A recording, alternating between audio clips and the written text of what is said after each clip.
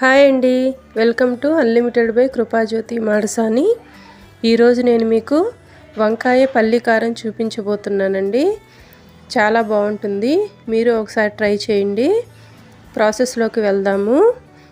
ముందుగా నేను ఒక 3/4 kg వంకాయలు తీసుకున్నానండి. తర్వాత పొయ్యి మీద ప్యాన్ పెట్టి పల్లి గింజలు వేసుకున్నానండి. నేను ఒక గుప్పిడి పల్లీలు తీసుకుంటున్నాను.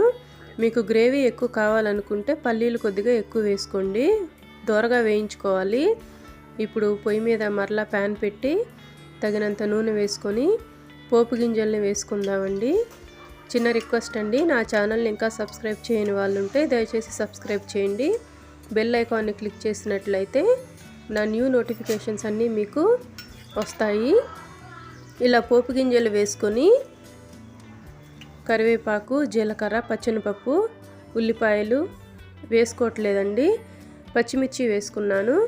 ఇలా వేసుకున్న తర్వాత తాలింపులో శుభ్రంగా కడిగి పెట్టుకున్న వంకాయ ముక్కల్ని వేసుకొని ఫ్రై చేసుకుందామండి. ఇప్పుడు కొద్దిగా పసుపు వేసుకుందాము. తర్వాత ఉప్పు వేసుకొని ముక్కలన్నిటికీ బాగా పట్టే విధంగా తిప్పుకుందామండి. ముక్కలు ఎక్కువసేపు తిప్పినా కానీ చిదురైపోతాయండి. లో ఫ్లేమ్లో ఆర్ మీడియం ఫ్లేమ్లో పెట్టుకొని తిప్పుకుంటూ ఉండాలి. ఇప్పుడు మనం మసాలా ప్రిపేర్ చేసుకుందాము.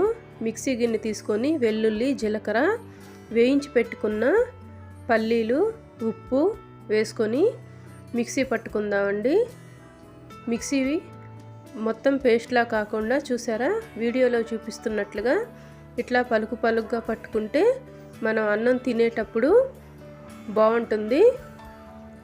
చూసారా, వంకాయలు ఉడికాయి, ప్లస్ అలాగే లైట్గా బ్రౌన్ కలర్లో ఫ్రై అయ్యాయండి. ఇప్పుడు మనము రెడీ చేసి పెట్టుకున్న మసాలాని వేసుకుందాము. మసాలా వేసుకొని ముక్కలన్నిటికీ బాగా పట్టేటట్లు తిప్పుకొని కారం వేసుకుందాము. కారము, ఉప్పు మీ టేస్ట్కి తగ్గట్టుగా వేసుకోవచ్చండి. ఇప్పుడు కొద్దిగా 1 స్పూన్ ధనియాల పొడి వేసుకుందాము. ఇంతేనండి, సింపుల్గా వంకాయ పల్లి కారం చాలా రుచిగా ఉంటుంది. మీరు ట్రై చేసి కామెంట్ సెక్షన్లో కామెంట్ చేయండి ఎలా వచ్చిందో. Thank you for watching.